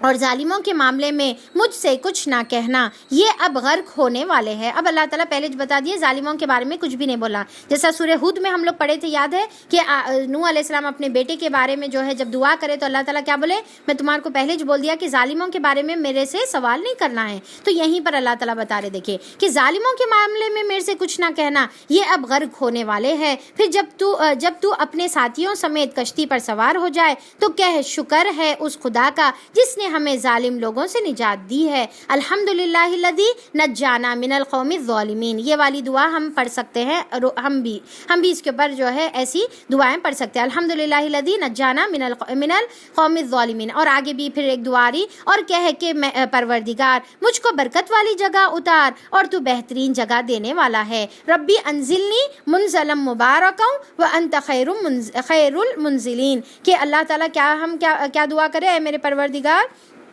مجھ کو برکت والی جگہ اتار اور تو بہترین جگہ دینے والا ہے۔ ایون وہ بہنیں جو شادی کے لیے انتظار میں ہیں تو وہ یہ دعا پڑھ سکتی ہیں، اللہ تعالیٰ مجھے ایسی جگہ یعنی کہ سسرال، اچھی جگہ جو میرے لیے خیر کی جو ہے منزل رہے، خیر کی جگہ رہے۔ اور ایون ہم اپنے گھروں میں بھی جب داخل ہوں تو گھر میں داخل ہوتے وقت بھی ہم یہ دعا پڑھ سکتے ہیں، یا کسی کے گھر میں بھی داخل ہوتے وقت یہ دعا پڑھیں گے تو انشاءاللہ تمام جو ہے شر سے ہم انشاءاللہ محفوظ رہیں گے۔ اس قصے میں بڑی نشانیاں ہیں اور آزمائش ہے تو ہم اور آزمائش تو ہم کر کے ہی رہتے ہیں۔ ان کے بعد ہم نے ایک دوسرے دور کی قوم اٹھائی، پھر ان میں خود انہی کی قوم کا ایک رسول بھیجا جس نے انہیں دعوت دی کہ اللہ تعالیٰ کی بندگی کرو، تمہارے لیے اس کے سوا کوئی معبود نہیں ہے، کیا تم ڈرتے نہیں ہو؟ کیا تم تقوی کی زندگی اختیار نہیں کرو گے؟ اب دیکھیے کہ افلا تتقون، کیا تم تقوی کی زندگی اختیار نہیں کرو گے؟ تو یہاں پر آیت نمبر 32 پر ہمارا رکوع ختم ہوتا ہے، تو انشاءاللہ ہم بھی یہاں پر اینڈ کریں گے، اور پھر جو ہے کل ہم انشاءاللہ اسی سے کنٹینیو کریں گے۔ تو اللہ تعالیٰ سے دعا ہے کہ اچھا، اب جیسا میں شروع میں اناؤنس کری تھی کہ لاسٹ میں ایک اناؤنسمنٹ ہے، تو آپ لوگ تھوڑا سا صبر کریں، رک جائیں، دعا ختم ہونے کے بعد اناؤنسمنٹ سن کر جائیں۔ تو اللہ تعالیٰ سے دعا ہے کہ اللہ تعالیٰ ہم نے آج جتنی بھی پیاری پیاری آیتیں پڑھی ہے، مومنین کی جو صفت اللہ تعالیٰ ہم نے پڑھی ہے، اس کے اوپر اللہ تعالیٰ ہم کو عامل بنا دے، اللہ تعالیٰ اس کے اوپر عمل کرنے کی توفیق عطا فرما دے، ہم کو بھی وہ فلاح پانے والے لوگوں میں شامل فرما دے، وہ پیاری سی جنت جس کی جو ہے ایک برک سونے کی اور ایک برک چاندی کی ہے، اور اس کی سیمنٹ کستوری کی اللہ تعالیٰ ویسی پیاری جنت، وہ جنت الفردوس کے ہم کو وارث بنا دے، وہ جنت الفردوس کے ہم کو حقدار بنا دے، ہماری نمازوں میں خشوع اختیار کرنے والا بنا دے، ہماری نمازیں وہ روح سے خالی نہ ہو اللہ تعالیٰ، ہم جب تیرے سامنے کھڑے ہوں تو ہمارے اندر خشیت کی کیفیت ہمارے دل میں بھی ہو اور ہمارے اعضاء پر وہ کیفیت جاری بھی ہو۔ اللہ تعالیٰ آج لغویات تمام جگہوں پر پھیلے ہوئے ہیں، ہر قسم کے لغویات ہمارے پاس موجود ہے، اللہ تعالیٰ وہ لغویات سے ہماری حفاظت فرما دے، اسے یو ٹرن کر لینے والا بنا دے، اسے دور بھاگنے والا بنا دے، لغویات کے اعمال اور لغویات کی محفلوں سے اللہ تعالیٰ تو ہماری حفاظت فرما دے، اور ہم کو توفیق عطا فرما کہ یہ جو موبائل کا جو استعمال ہے اس کا صحیح استعمال کرنے والے بن جائیں۔ یا رب العالمین، یہ موبائل کے اندر اللہ تعالیٰ تو نے خیر بھی رکھا ہے تو بہت زیادہ شر بھی اس کے اندر موجود ہے، اللہ تعالیٰ وہ تمام شرور سے اللہ تعالیٰ تو ہماری حفاظت فرما دے، اللہ تعالیٰ تو ہم کو تزکیہ کرنے کی توفیق عطا فرما، اپنے اعمال کا نشو و نما کرنے والا بنا دے، اپنے شرمگاہوں کی حفاظت حفاظت کرنے والا بنا دے، ہر بے حیائی اور فحش سے ہماری حفاظت فرما دے۔ اللہ تعالیٰ تو نے جتنی بھی امانتیں ہم کو عطا کی ہے، تو نے جو عطا کی ہے اور جو لوگوں نے عطا کی ہے، وہ امانتوں کی حفاظت کرنے والا بنا۔ اللہ تعالیٰ جو عہد ہم نے تیرے ساتھ کیا ہے، لوگوں کے ساتھ کیا ہے یا اپنے آپ سے کیا ہے، اللہ تعالیٰ وہ عہد کو پورا کرنے والا بنا دے، اس کی حفاظت کرنے والا بنا دے۔ اللہ تعالیٰ تو ہم کو توفیق عطا فرما کہ ہم نمازوں کی حفاظت کرنے والے بن جائیں اور جنت الفردوس کے ہم وارث ہو جائیں۔ یا الہ العالمین، تو نے ہم کو پیدا کیا ہے بہترین ساخت میں اللہ تعالیٰ تو پیدا فرمایا ہے۔ اللہم انت حسنت خلقی فحسن خلقی، اللہ تعالیٰ تو نے ہم کو خوبصورت بنایا ہے، ہمارے جو ہے ظاہری خوبصورت بنایا ہے، ہمارے باطن کو بھی اللہ تعالیٰ کو تو خوبصورت بنا دے۔ اللہ تعالیٰ ہم تیرے سے برے اخلاق سے، برے اعمال سے اللہ تعالیٰ ہم تیری پناہ چاہتے ہیں۔ یا الہ العالمین، جو نبیوں کا جو بتایا ہوا طریقہ ہے یعنی کہ توحید کا طریقہ، اس کے اوپر ہم کو عمل کرنے والا بنا دے اور اس کے مطابق اپنی زندگی گزارنے والا بنا دے۔ آمین ثم آمین، وآخر الدعوانا الحمد للہ رب العالمین۔ سبحان ربک رب العزۃ عما یصفون وسلام علی المرسلین والحمد للہ رب العالمین، وصلی اللہ علی نبینا محمد وآلہ وصحبہ اجمعین برحمتک یا ارحم الراحمین۔ السلام علیکم ورحمۃ اللہ وبرکاتہ۔ چلیے اناؤنسمنٹ یہ ہے کہ الحمدللہ فلیش کوئز کا آپ لوگوں سے بہت ہی پازیٹیو رسپانس ہمیشہ سے رہا ہے، آپ لوگ کافی انجوائے بھی کرتے ہیں فلیش کوئز کو، تو انشاءاللہ ہم لوگ کا یہ جو ہے پلان ہم لوگوں نے کیا ہے، انشاءاللہ اللہ کی مدد سے ہم وہ پورا کر سکیں۔ تو ہم لوگ نے یہ پلان کیا ہے کہ آپ لوگوں کو ویکلی بھی ہم جو ہے کچھ کوئز رکھیں جو ویکلی بیسس پہ ہوگا، یعنی کہ ٹوائس اے ویک، اور یہ آن لائن اور آف لائن دونوں اسٹوڈنٹس کے لیے ہوگا، یعنی کہ منڈے اور ٹیوزڈے کا جو آپ لوگ سیکھیں گے اس کا کوئز انشاءاللہ آپ کو تھرسڈے پوسٹ کیا جائے گا، ٹھیک ہے؟ تو منڈے ٹیوزڈے کا، تھرسڈے آپ کو جو ہے کوئز رہے گا، اور پھر جو ہے وینسڈے، تھرسڈے اور فرائیڈے کا کوئز آپ کو جو ہے انشاءاللہ سنڈے رہے گا، ٹھیک ہے؟ تو یعنی کہ آپ کو کافی ٹائم بھی رہے گا اس کو اٹینڈ کرنے کے لیے، امیڈیٹلی اٹینڈ کرنے کی ضرورت نہیں رہے گی، آپ کو 2 دن کا ٹائم دیا جائے گا اور اس کے بعد ریزلٹس اناؤنس کیے جائیں گے۔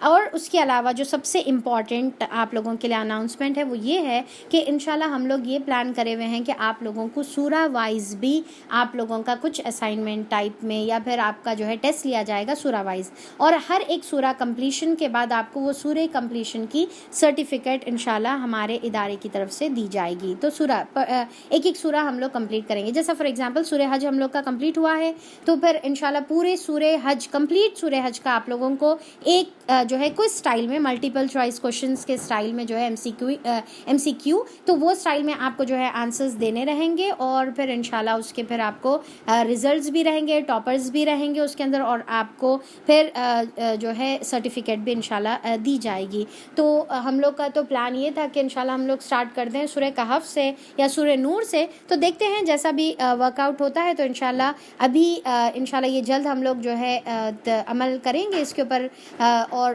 پر پہلے ویکلی کوئزز ہم لوگ سٹارٹ کرتے ہیں۔ تو انشاءاللہ اس کا اناؤنسمنٹ میں ابھی آپ لوگوں کو گروپ میں بھی پھر سے دوں گی۔ تو یہ آج کا اناؤنسمنٹ تھا، ہوپ فلی آپ لوگ کو جو ہے پسند آیا ہوگا، اور انشاءاللہ آپ لوگوں کا 100% اس میں جو ہے کوآپریشن اور آپ کی پریزنس، آپ کی اٹینڈنس اور آپ کا جو ہے موجودگی میں ایکسپیکٹ کر رہی ہوں، اور انشاءاللہ آپ لوگوں کی مدد سے ہم اس کو سکسیزفل بنا سکتے ہیں۔ تو چلیے آپ کے کوئز ریڈی ہے۔ جزاک اللہ خیر۔ السلام علیکم ورحمۃ اللہ وبرکاتہ۔